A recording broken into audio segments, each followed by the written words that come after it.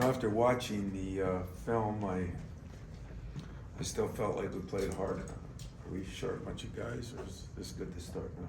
No, we're good, we're good. You probably will just move seats, so everybody's confused. Huh?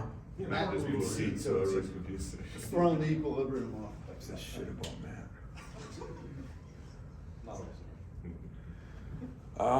Okay, we'll start it then.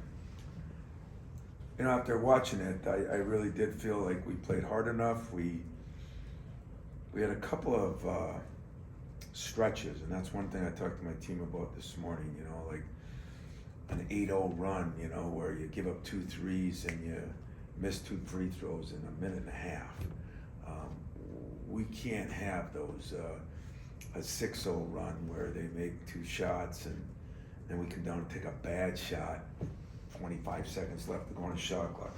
Which means, as I told AJ, he's got to run our team a little bit better and do a better job of that.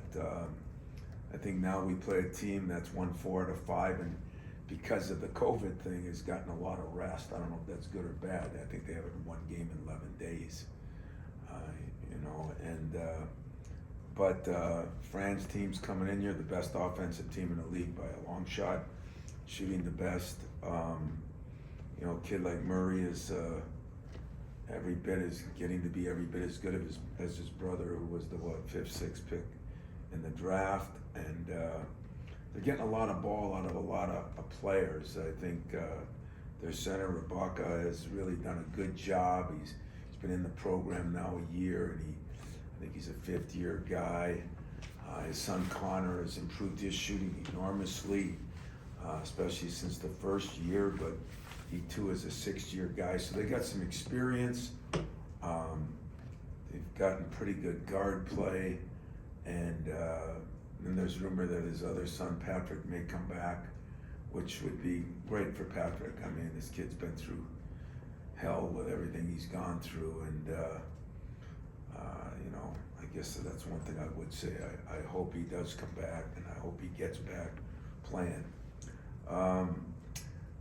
We, on the other hand, Tyson, I think, is back 80%, 90%. I mean, he's good. Just a little weakness from the 2-3 days when he didn't eat, but he started eating yesterday, so that was encouraging, and hopefully he'll get back today and practice. Malik, we're hoping we'll practice a little bit today.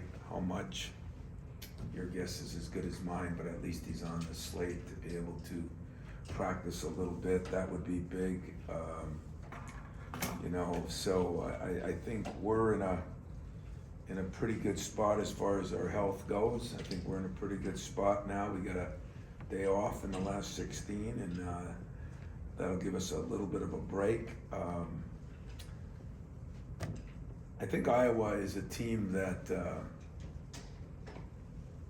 they have multiple parts to them because they're interchangeable a lot. They run a lot of motion stuff. After losing their first 3 conference games, they've really turned it around. They lost their first 3, and I think they were 21 down to Indiana, and then came back. And their seasons kind of have changed and turned. And last 5 games, with a big win at Rutgers, as I said, they're really playing a lot better. And Murray, not only is he leading the league, but I think he's probably one of the better ranked guys in the whole country at 23, 24 points a game. Questions?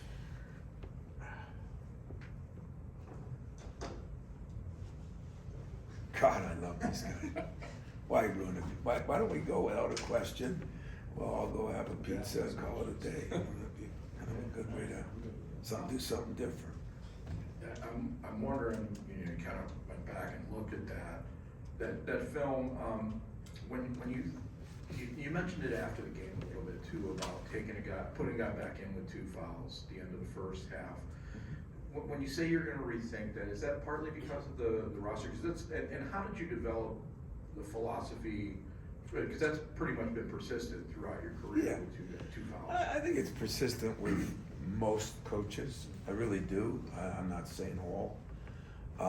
But some of it goes on the score of the game. Some of it goes on personnel that you have. Some of it goes on the way the game's been called.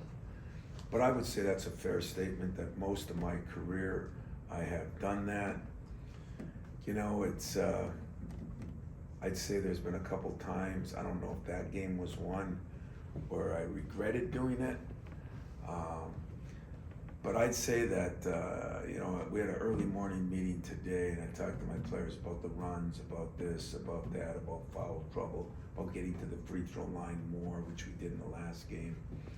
And one of the things I said is that as a coach, we got to do a better job, and I've been saying this about substitution pattern. You know, again, AJ's playing a lot of minutes, and Joey a lot of minutes, but even more minutes in a row. And some of that is, you know, we put some subs in. We had a 21-7 run. We put some subs in I think it was the Illinois game, and we had a 12-2 run. We put some in the Purdue game, and they had a 18-something run, you know. And so we also talked about when we have subs in, and that was one of the things I was a little disappointed in Trey, but I talked to him about it, and Monty wanted to walk it up there the last 2-3 minutes of the half to try to, and we threw one away. We took a bad shot, you know, I think every player feels they can do something more than they're doing. I mean, there's no question about that, but there's so many different reasons. So do I rethink that all the time? Probably more than normal now, because when you take them out with 2 fouls and you have 9 and 10 deep, you can look at that 2 ways too, but I say my subs going in are just as good. You know, last year, it wasn't that AJ was the greatest, and we had Tyson as his backup, and so sometimes we thought we were even starting Tyson and not AJ. It would be different. But when you don't have much depth, then you're trying to shrink the game down and stay in the game as long as you can. So I think you make those decisions. But is it one that's etched in stone? Do I mind anybody questioning that? I don't. I think it's more common than you think. And I think some of the reason is games are called funny, man. I mean, if you watch the film of games, it would blow you away on how they're called. I'm not saying positive or negative. I'm not saying against us or for us, just calls. And when you're sitting there with 8 minutes left and you're a few up in the half, and you think, man, maybe we can close out the half and be even, it'd be worth having them out. So we'll keep working on that. When you lose games, players are to blame for some, coaches are to blame for some, everybody's to blame for some, and sometimes the other team just does a better job. And trust me when I say, when I have a day off, because I too really, we didn't have one off, but what I did in that day was really evaluate what we're doing as a staff, what we're doing, I'm doing as a head coach, what our film work was, and what we did last time we played this team last year. Those are the things you get to do when you have an extra day. So that's a good thing, but I don't know, you know, and then having 2 guys out, because Jaden had been playing pretty good, that probably hurt us too. You just mentioned a second ago saying you feel pretty good about the health of this team right now. And I guess someone from the outside may say, really, Malik's not back yet. Are you just kind of encouraged that long term this is headed in the right direction? And Well, the biggest thing is, I think right now, Jaden is 100% back. And you know, it took a little while longer. And if I could keep that in mind, because remember the other thing I said after the game was about doubling the post, not doubling the post. You know, you guys have to listen to all the outside people, in all honesty and fairness, and don't say you don't, because you do. So then second half we did more of, and you know, they go 8 for 9 from the 3 with 2 players. So you know, those same people are saying, what the hell is he doing doubling the post? Or what the hell is he doing digging in the post, you know? And that's why I can't listen to those people. We gotta do what we gotta do. So that finishes off yours. As far as yours, yeah, Jaden is 100%. I think the flu thing I mean, we haven't had Malik all year. I mean, we really haven't had Malik, you know, a couple of games. And I do think that there's light at the end of the tunnel. I just, you know, when something is broken, you can sit there and say, okay, it's 8 weeks to 10 weeks, and then we're good to go, you know. And with this injury, it's not broken, but it's been different. And so the only thing we can do we can get medical advice, and we can get x-rays, MRIs, CTs, GDs, XYs, and PKs, and then figure out that it still comes down to how does he feel. And so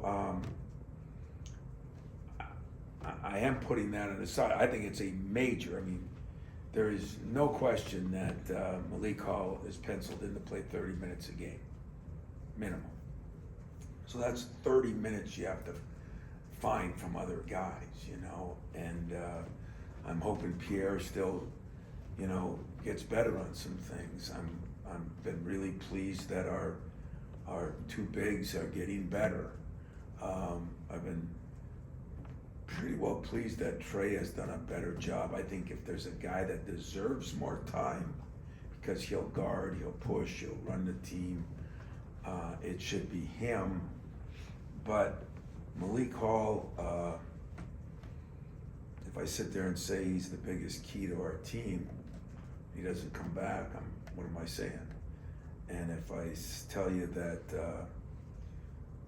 you know, him coming back would be exciting to me because I think it would help Joey. I think it would help our young freshmen. I think it would help AJ and Jaden and the rest of the guys.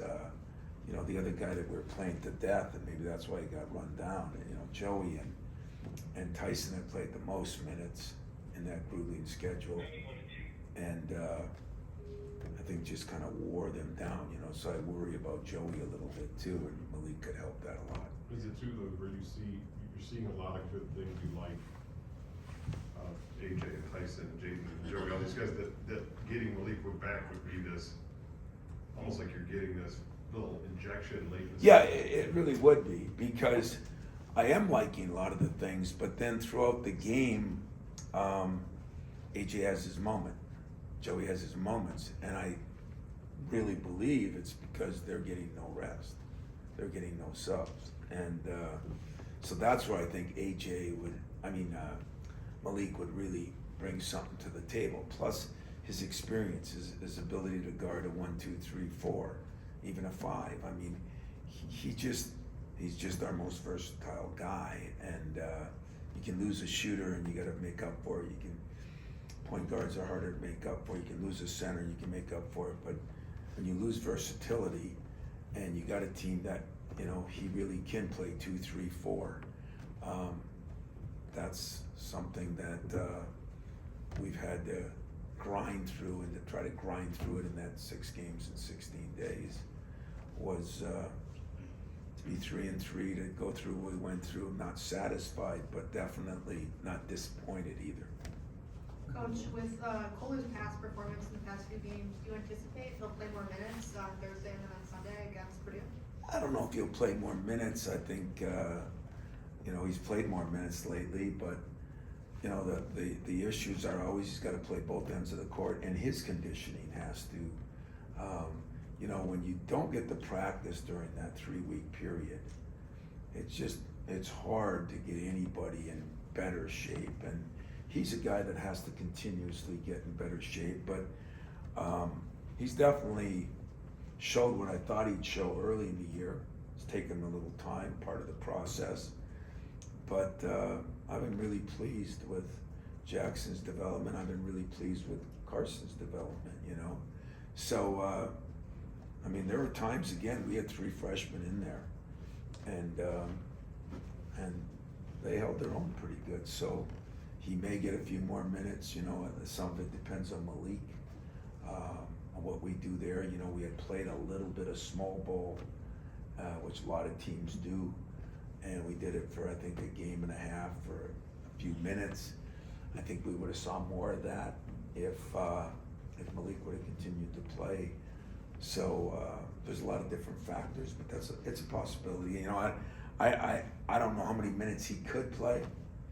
But it probably more than 12 or 13, but I think last game he was 18, 17, I don't know, 18. So, you know, that, if we could do that, that might be really good for us too. Now we got another kind of basketball coaching philosophy question for you, like Chris, is the mid-range game, the long twos. Obviously, a lot of basketball has kind of gone away from that. This team in the last couple have used it a fair amount. So I wonder, is that just kind of the personnel that you have? What makes sense is that, do you see more value in that shot maybe than others? Where does that kind of come from, do you think? You know, I think it comes from what the defense gives you. I don't think I mean, we're just not a team that comes down and is gonna jack threes, and we're not a team that's come down and thrown it inside. Our field goal percentage, both 3 and 2, hasn't been bad considering missing a key guy and not having a fast break like we used to. You get a couple more layups, and all of a sudden instead of shooting 45%, you're shooting 47, 48, and you're maybe the top in the league. 3-point field goal percentage, we've been one of the better teams in the league. I think the two issues that I have is turnovers are still an issue, and we've done a better job of that. We haven't done as good a job of getting offensive rebounds, or pushing the ball.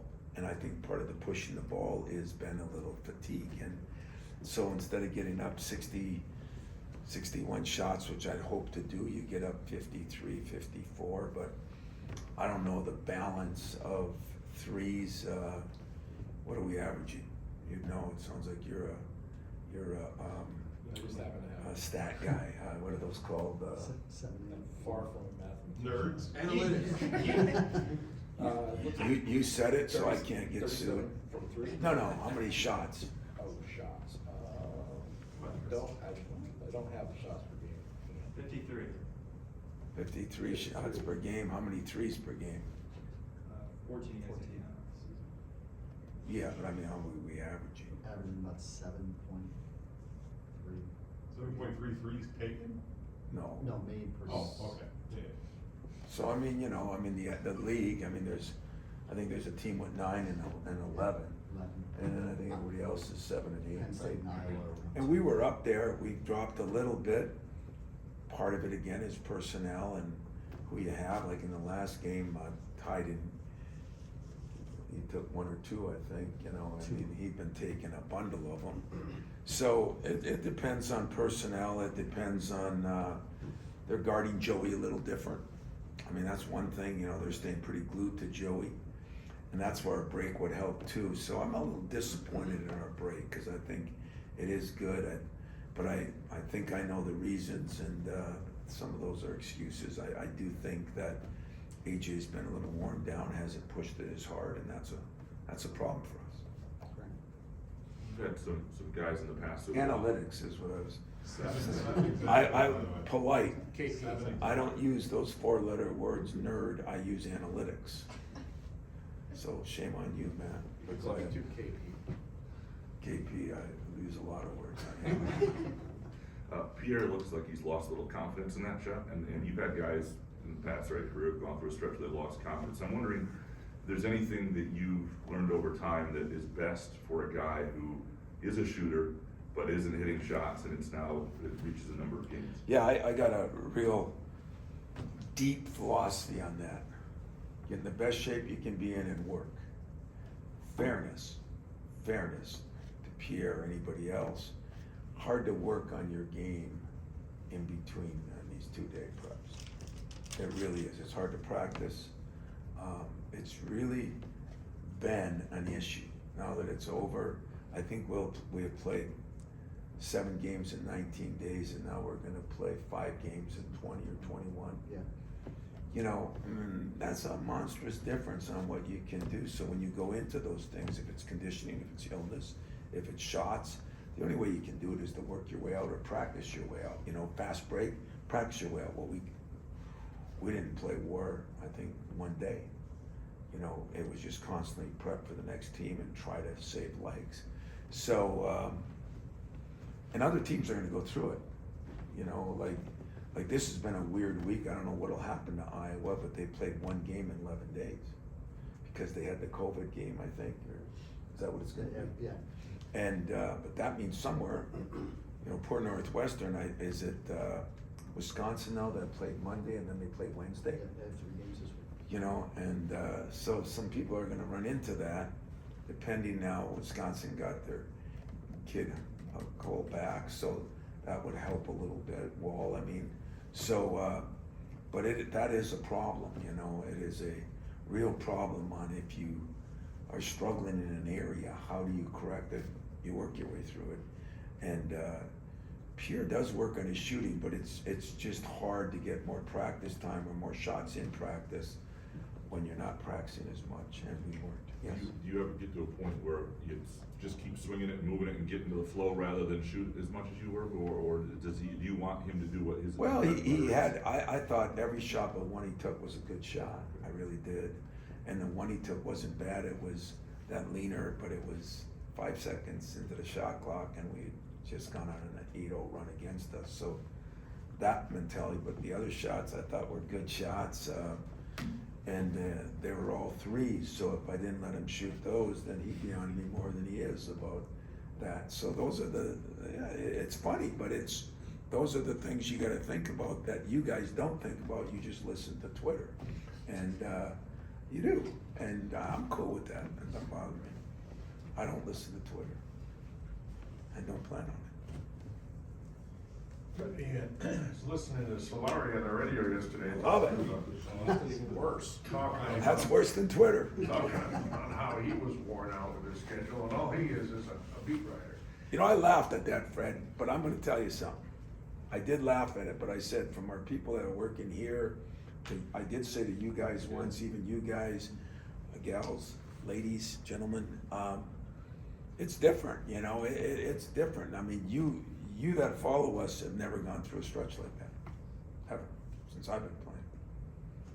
And it's a big deal, you know, it happened, it's over, but what you don't realize is it surprises me that you turn to the analytics. That's why I know you watch Twitter, because you didn't even have time to look that up yourself, because you didn't know how many threes we took, and the games were moving so fast you had to write articles, but it worked out okay.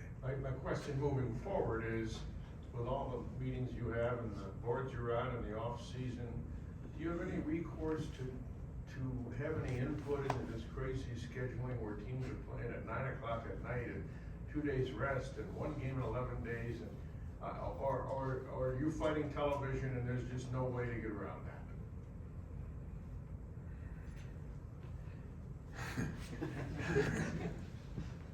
Says the TV guy.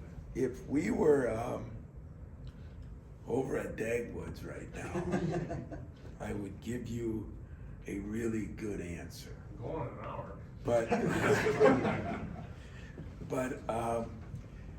if you've been around me in college sports this long and think any coach, from Mike Krzyzewski to Nick Saban, I took 2 in each sport, has any say with the NCAA or the powers to be, you've been spending too much time at Dagwoods.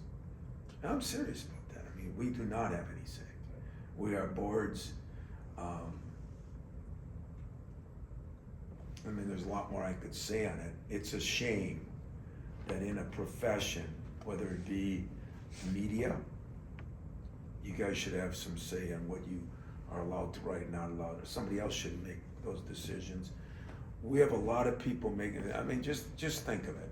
We have people saying you can work with your players 20 hours a week, you have to give them a day off, and then by the way, here's a schedule where, you know, I mean, who's thinking that? You know, who's thinking it? Nobody, because the people that are in the basement, as I always say, are not making the decisions. And so, the best answer I can give you, do I have any? Hell no, none, 0. Do I have any suggestive power? Hell no, none, 0. How's that? You know, you guys have played every day of the week, a Big Ten game every day of the week. 7 Do I have any say? hell no. So I got a lot of hell no's today. But, and I understand. I mean, I understand there's great things about TV, there's great things about a lot of things. What we have right now, when you have so many different networks involved, nobody helps the other person because everybody's looking for what they can get themselves. So consequently, when it wasn't so many, we would work with people a little bit better. But it is what it is. You know, it is what it is. It's just a new thing, new adjustment. And let's face it, guys, if we didn't go through the 2 injuries and we had at least our normal 10, you wouldn't even, I probably wouldn't be talking about it as much. And then when I talk about it as much, I get all these tweets and letters of, you know, making excuses. So I just say, I don't have any control of it. I don't think it's right, and this is the buzzword, because they don't care if we work 24 hours a day. I don't think it's right for the student athlete. I don't think it's right for the preparation for any team. I don't think it's right for Wisconsin that we had COVID, so we have to do this. But that's what you had to do. I actually, the NFL did it pretty good with the injury or the situation they had to try to make it the best they can and not necessarily make up a game or you're moving around. I mean, sometimes we've crammed everything in to a short period of time, and I don't think it's best. If I was the czar, which I'm not. I don't wanna make a big deal of this, but Go ahead. Indiana was using a lot of gyrations and raising the roof, and you called a timeout with 12 seconds left and the game over. Was any of that to remind your players of this, or was that not related? It was more to remind my players on how we played and how we didn't, and it was also to tell them at the end of the game, because I thought some of them were getting a little bit riled when somebody said something in their face. I said, I don't want one issue in the line, in the handshake line. So yeah, there was a mission to it when all those people booed for calling the timeout, some for future, some for present, and some because I enjoy getting booed once in a while. It's awesome. Back in. I think it's been since 2004, the last time the Big Ten had just one team ranked. Does that surprise you at all with the schedule or the way things have gone this year? No, what it does is it makes me look at KP and wonder, we went a long time where, in all fairness and honesty, we were one of a couple of Big Ten teams that played a monster schedule early. And then I remember when John Beeline started doing it and we got more teams and then our league is, people can argue whatever they want. If there's a better league in the country, I'll bet my job on it. And so you're going to beat the hell out of each other. It's an interesting dynamic on what maybe could happen to the SEC football when they add these 2 teams in, but it still comes down to who you play once, who you play twice. There's so many different variables, but I think the Big Ten is still very, very good rankings.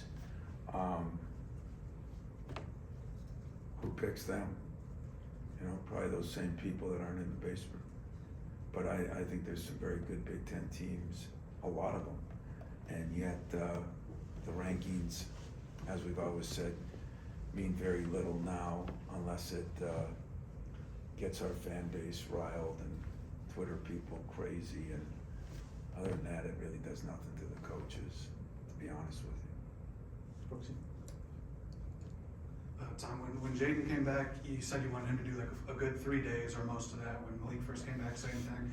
With Malik coming back this time, would you want that same thing, or since it's a little different, he's an older guy, could he get by with a little less, or would it be the same path? Yeah, the couple of things, Jaden, I was a little worried, lost some weight, this and that. I mean, Malik has kept everything up, number one. Number two is Jaden's injury was a little more severe. He had a surgery on it and this and that. But Malik has been running, he's been doing some things. He's just been under such complete do what you gotta do. If he practices today, could he play Thursday? Sure, he could. That would be 2 days instead of 3, but that kind of goes on the field too, that he's been out longer, he's been out long enough for that injury. It's whether the re-injury of the injury was more a tweak or more a problem, you know, and that's why I said I'm leaving that to the medical people and to him. But it's a funny question. It's a good question.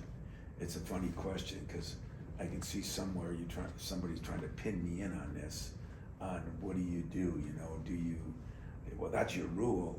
It's not a rule. I want to see if a guy's been out 11 weeks. Well, he was out 9, I think 8 or 9. Then he came back for 2, and then he's been out more. So the second time Jaden came back, when he was out, it wasn't quite the same either, you know, as it was the first. But we need Malik back. We'd like to get Malik back, but Malik is doing, and the trainers are doing everything they can do. Sometimes there's bigger people that make those decisions than me or Malik. So we'll just pray to God that he keeps making some progress, to be honest with you. Tom? You mentioned about the runs that went against you in the Indiana game. Your team also had some good runs in the first 12, 13 minutes of the first half, first 5 or 6 minutes of the second half. Did any of that, was that a pleasant surprise? Any of the factors that led into that?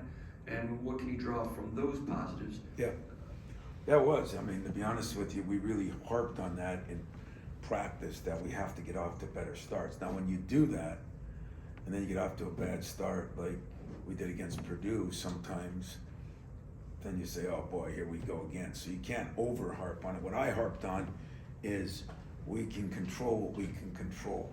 Can't control if the ball goes in the basket. We can't control sometimes if their ball goes in the basket. They make great shots. But we can control turnovers to a somewhat of an extent and bad shots. And so that's what we tried to rely on, no turnovers and no bad shots. And I thought we did a very good job. Started both halves at Indiana, to be frank about it. It's just that when they got a couple of their runs, I mean, it was poor transition defense. Out of bounds, we doubled the post, which we were supposed to, we didn't rotate. I mean, mental mistakes that are really sort of unexcusable. You know, you got enough mistakes that are excusable. You got to try to combat the ones that are unexcusable. You know, there's negotiables and there's non-negotiables. And that's what we got to continue to build on. And then as a coaching staff, we got to say, is it because I didn't sub them, I didn't play them too long, did this, did that. And that's what we tried to take a look at yesterday. Time for a couple more, Matt? Well, you mentioned the. I've fallen asleep. No. He really enjoyed your question, and he enjoyed my answer, but now that he woke up, go No, I ahead. thought he was going over there. You mentioned what the hell here, the Roundup fan base, Roundup Twitter. This might be a little round table, even though we do those anymore. But if we are on Twitter, you're right. So what we hear and see regularly from fans are going back to the why didn't Tom get a guy out of the portal? And it's one day it's Marty struggled, he should have got a big. AJ's in foul trouble, he should have had a guard, he should have had a wing because Malik's hurt. All these things that you should have seen in the future, apparently.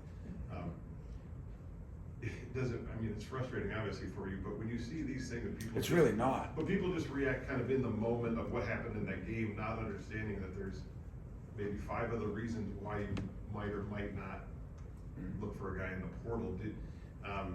I guess, can you just speak toward that still, that you're still in your conviction that this is the right path, even when people are frustrated that, hey, another guy here might have helped in this particular game? When Kentucky had 4 of them and we beat Kentucky, how did your people react? Oh, my people. Yeah, they're your people. You guys are the They're ones. people. Well, because you guys follow and write about that. That's where you guys get most of your information. I'm not insulting you, I'm just telling you. That's where you get most of it. So those people, I mean, I'll bet you most of those people don't have a son that's on the team. You know, we have you go into a home and you tell a person what you're gonna do, and then all of a sudden, you know, there is a process. Now, if they don't abide by the process and someone doesn't get better, I told you this, what's gonna happen, it'll happen here. There will be more pressure on kids. That's why I don't think it was good for kids. There will be more situations where the kids have a 3-year window now, this is the 3rd year, to do whatever they want and kind of not care about the coach, the school, or their teammates. Just leave whenever they want. Then there's gonna come a window where coaches are gonna say, okay, I thought you'd go from A or from C, you know, coming as a freshman, you know, I thought by your sophomore year you'd be a good B player, which B players are very valuable. Oh, you didn't get to that? I'll see you later. You're right, we haven't done that. I haven't done that to kids. I didn't do it to kids last year. But I also, you gotta realize that if you all of a sudden have 12 players, if you bring in guys, those guys aren't transferring here to sit. So now you got team things, and most people don't care about that. And I do. If it's the doom of me, then it is. But, you know, you can't prepare for injuries. I mean, you can say, well, that's good, have some depth. Who has depth now? And some of these teams that brought in 4 or 5, and I could name them, but I won't. There's been more ups and downs in college basketball than you've ever seen. And I'll just tell you that in my day off yesterday, I worked, but in my day away from my players, I spent some time calling some former coaches. I spent some time calling some current coaches. You just couldn't believe what those people think of the system right now. It's not good. So all those people that are telling you to give up on a player, you know, you weren't very good when you started. You weren't. And neither were you. And neither were you. And neither were you. And neither was I. You weren't very good. You were not very good. So take your ego and stick it where the sun doesn't shine. You weren't very good. So what happens is there's a process. Next year you get a little better. And then you know what happens? The guy you're interviewing trusts you a little bit more. So he gives you better answers. And then you get a little better. And then that thing goes on. But if you came to me my first year and you wanted to meet with me separately, because you're a guy that's never in the basement, you know, those editors that are back there, those guys that are never in the basement telling you what to do, and you go back and say you wouldn't talk to me. How long would you last in your job? There's a frickin' process, gang. And if I could have gone and got the world's greatest center, maybe I would have done something different. Maybe. As far as other players, it's easier to get other players. But you know what? I believe in Pierre Brooks. Now, he's got to do the things that make me believe in him. And as funny as it is, and I seem to always be at odds with you guys have been great this year. I've actually had fun with you. And we haven't had the greatest season, but I do think you understand some things. I do think you get some things. But just think if I did that to you. Well, hell, I like Jack Ebling. I had him for 20 years. Oh, a new guy comes in. The hell are you? You know, how would you feel? How would your editor feel? How would your wife feel when you don't have a job? You know, it's a hell of a deal. Mary Wright. It's a hell of a deal. And so, who says it's work for everybody? You know, that proof is in the pudding. And really, who says it's work for the players? Because I know guys that were playing a large amount of minutes somewhere that are playing almost no minutes otherwhere, averaging a lot of points one place and averaging none now. I know guys that didn't start in the Big Ten that are starting for some of the premier programs in the country, and they're not maybe having the elite year that they've had. I mean, you know, that's what Twitter is. It's somebody that comes home from the bar and sits down. If this is insulting, this is insulting. Does not come to my practice, does not call me and ask me anything, and just sees something and then reacts. And if we reacted to all that, I would give up on my best commodity. You know what that is? My players.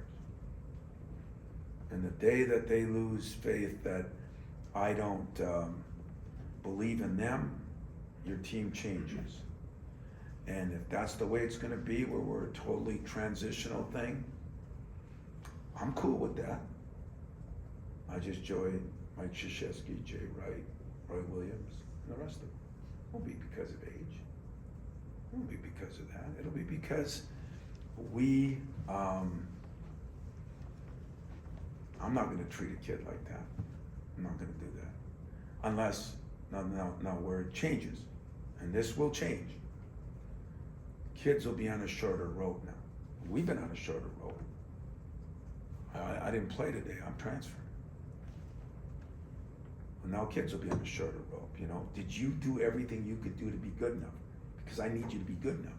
And if you didn't, then I gotta replace you. So, right now, for me, sure, I wish Jaden and I'd like to know, we'll never know, I'd like to know what games we would have won with Jaden and Malik here.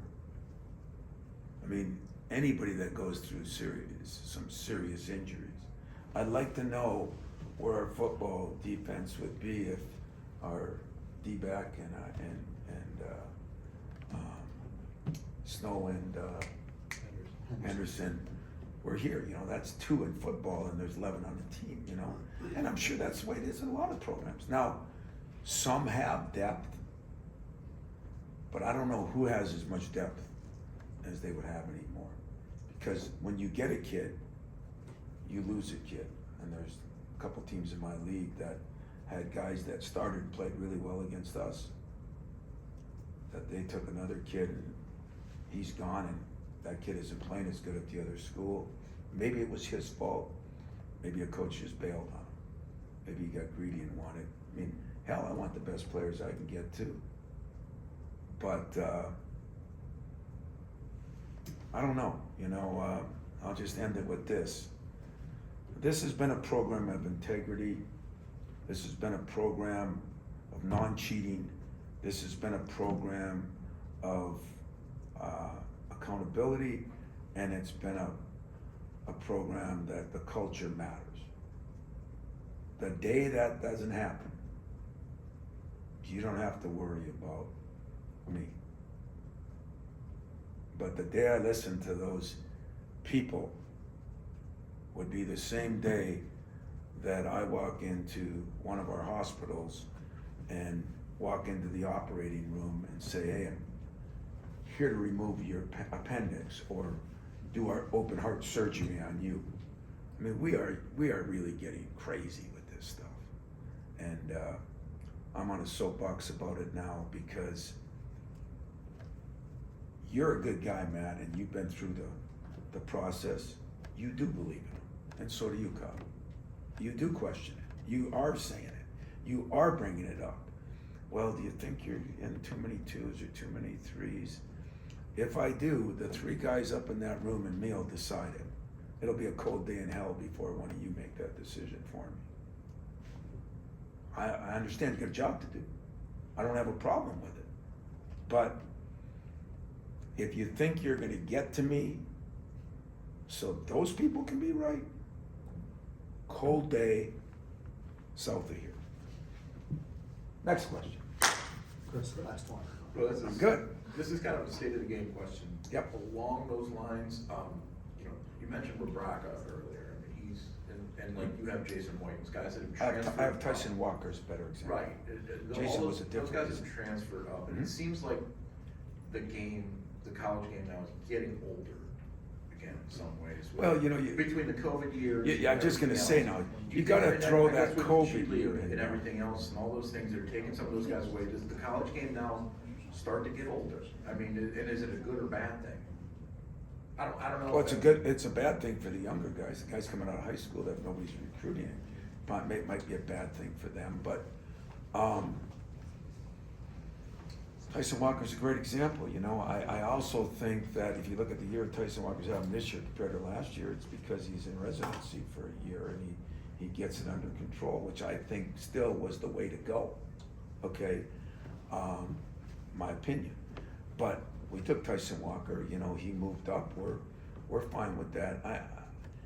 There's a difference between taking a player and taking, I mean, we got a lot of places taking 5 and 6 players, 7 and 8 players.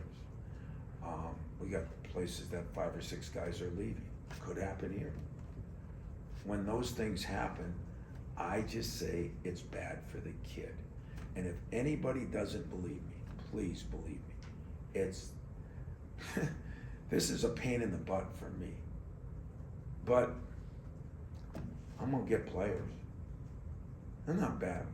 You know, I either got years left or I've had years to do it. I've gone through my stuff. Everything's good. They get 2, 3, and 4 years. And I keep saying, where are these guys that have transferred 4 times? Where are they gonna go back to get a job? Who's gonna help them? What fan base is gonna embrace them? What a bunch of those Twitter, I won't say it, people. They gonna hire him? They gonna feel good about him? Well, he left me, or he wasn't good enough when he was here. You know, it might go to that. Tell those people, talk to them tonight. It might go to that, you know?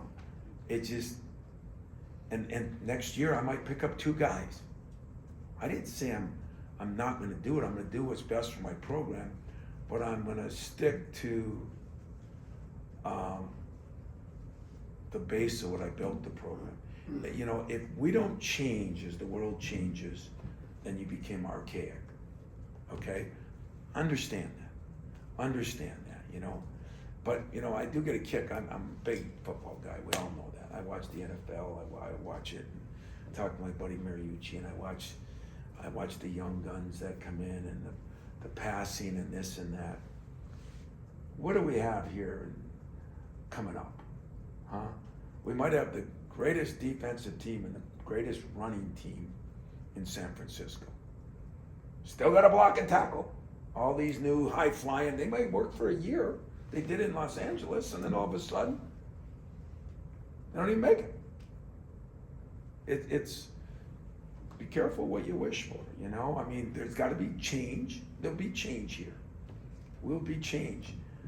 I hope I don't get to the point where it's change at the expense of not giving a kid an opportunity, a fair shot when I promised him that in his living room. If I do that, that's when you should go at me on Twitter. Because someday that might be your kid.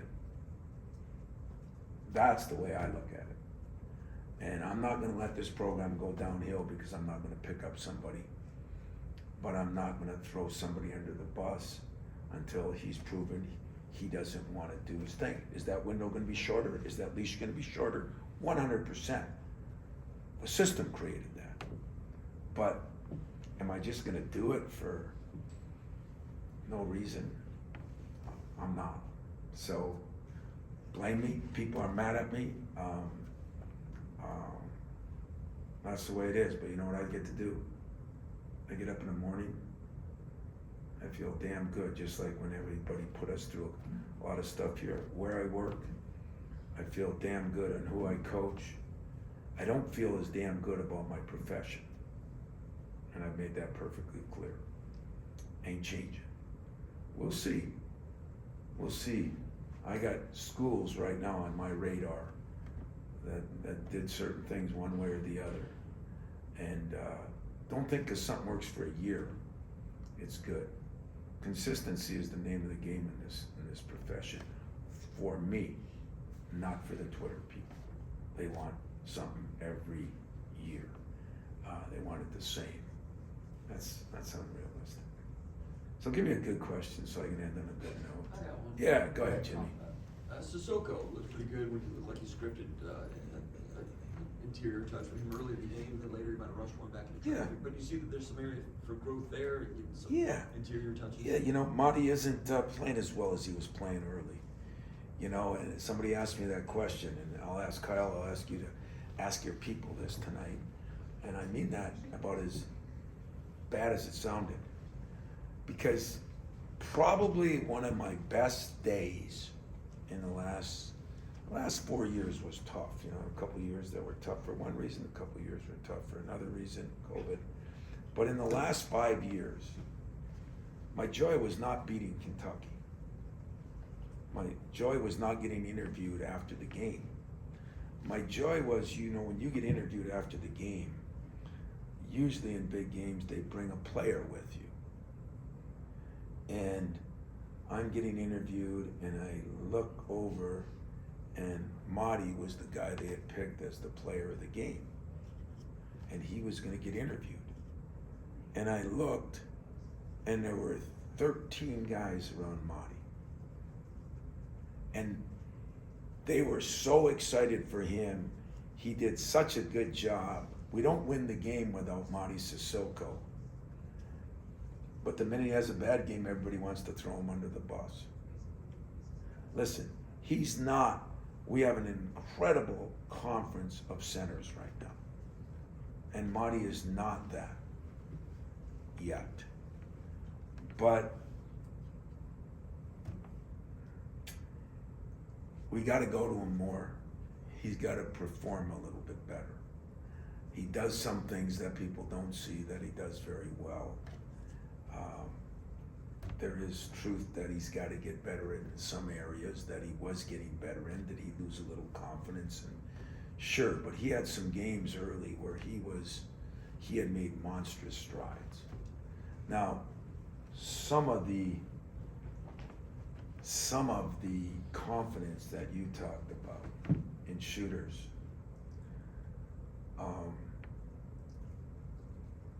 you know those people that say they're our fans, that are on Twitter ripping our kid because he can't make a shot? You think that has anything to do with why he can't make a shot, or you think it's the coach?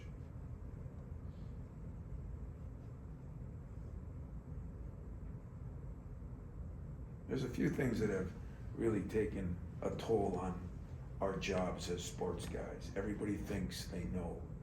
And so, you know, Joey Hauser, by the way, Foster lawyer, you know, one of the greatest kids I've ever coached. One probably helped a guy move on, and one probably almost helped a guy to quit. And you want me to stick up for Twitter? You want me to look at people that don't have a clue and say the things they say? I struggle with that. So Marty has got to get better. Every day he works to get better. Every day he does everything I can ask of him. Some of it, sooner or later, is in talent. Sooner or later. Some of it was how you start out. You know, he misses that senior year because of the injury. And he misses his freshman year, more or less, because of COVID. You don't get to get better. And so, yeah, I understand, but when you say that, it bothers me, because you don't deal with the mental health issues. You don't deal with the confidence issues. You just come and write about a guy that's out there. I deal with it morning, noon, night, and late night. There's not a day that goes by. If you walked up into my office right now, there's a grease board. There's all kinds of stuff. There's things about Iowa. There's plays on there. It's the whiteboard is black because we use the black pen, and it's a cover from head to toe. And I had a guy that came in to do a game last week, Jimmy Jackson, a friend of mine, and I laughed. He goes, "Wow, that's not, you know, useless. Had 3 meetings last night that meant more to that board means." So when I see people out there ripping my guys, I'll rip my guys.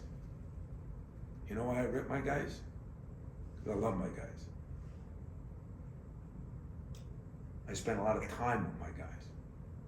I got some idiot out there ripping my guy that spends no time with my guy, and I see what it does to my guy. you damn right I'd fight those people. So if they wanna rip me, I get paid to get ripped. So, I actually feel good about the press conference. I hope you guys enjoyed it, and I'll look forward to playing Iowa. Appreciate you guys, seriously. Good. You understand. I'm not mad at you.